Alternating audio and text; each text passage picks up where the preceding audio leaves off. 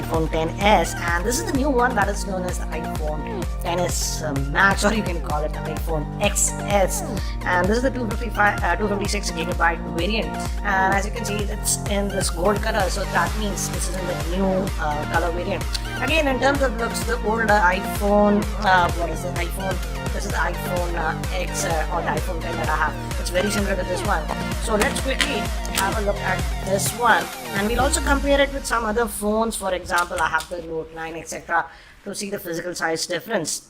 And guys, I took that stuff, and this is the 256 gigabyte variant. It also comes in 64 and 512. Again, the pricing of these new iPhones is insane in India.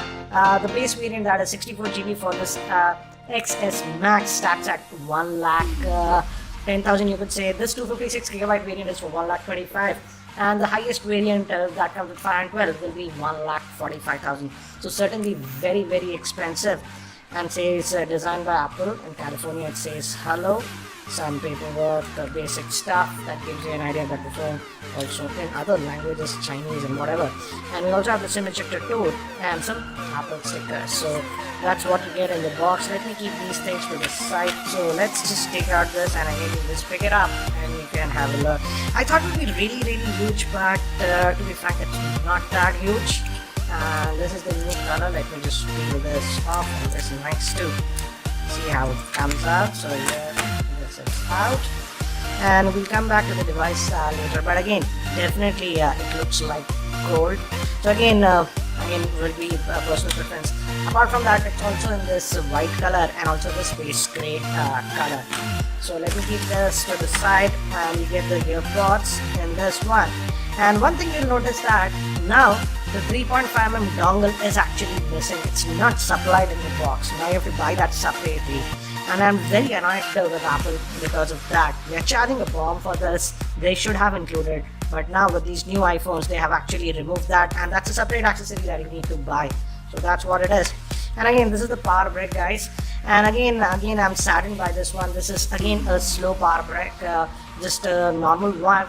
And at this price point, they should have given the fast charger, because this device does support fast charging, but the supplied power brick is not a fast charger. So again, I'm very annoyed with Apple because of that.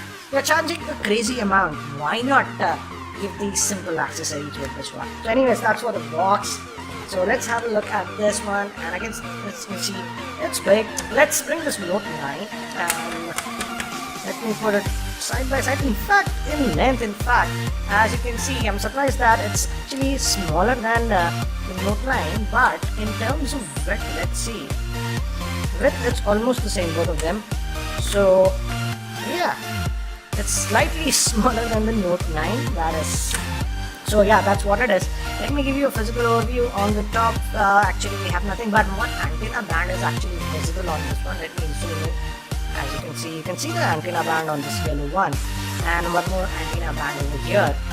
We have this is the power on off button.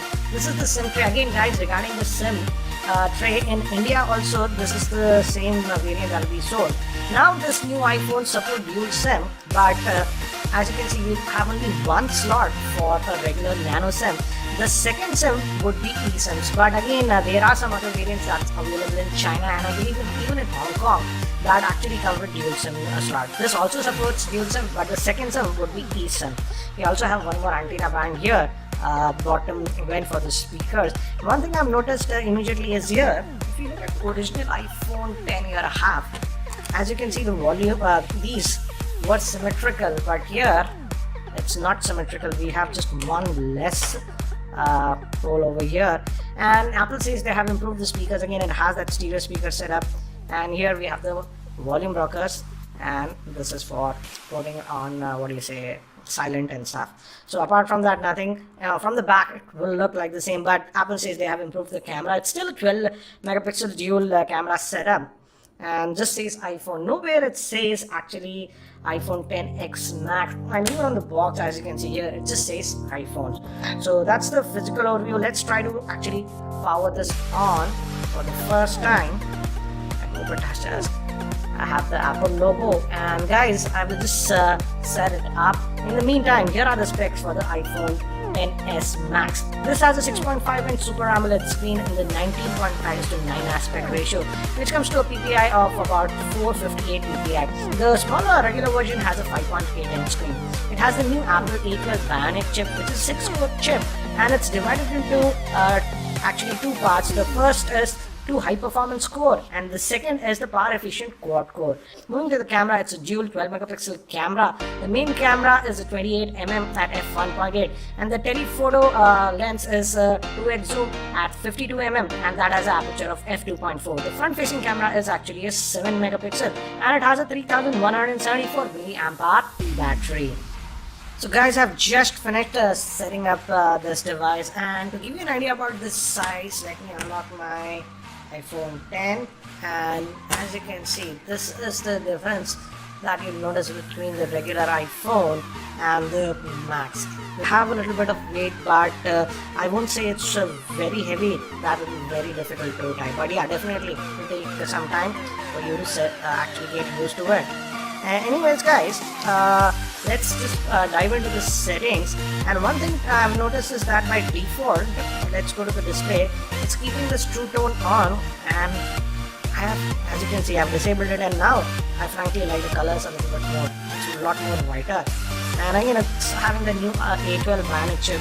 This is the fastest mobile chip that is found. You have that on this one. And again, in terms of battery, this has a 3174 mAh battery, and if you're coming from Android world, you might say that's not big, but trust me guys, that's the biggest capacity battery that Apple has put ever on an iPhone. And because the A12 chip is very optimized, it should actually get good battery life. Let's see how much storage is actually left. We go to the iPhone storage. Out of that 256 gigabytes, about 12.3 gigabytes is sort of used. So you are getting a lot of storage. And again, as it's an iPhone, generally you don't find a lot of bloatware. Just Apple specific apps, as you can see over here, and no bloatware. That's the beauty of iPhone, no bloatware that you get. And again, from here, if you swipe, you get to these quick toggles. Center, your notifications are over here. And again, over here, if you go to the site, you get these whatever the stocks, stuff, and all these things will come over here.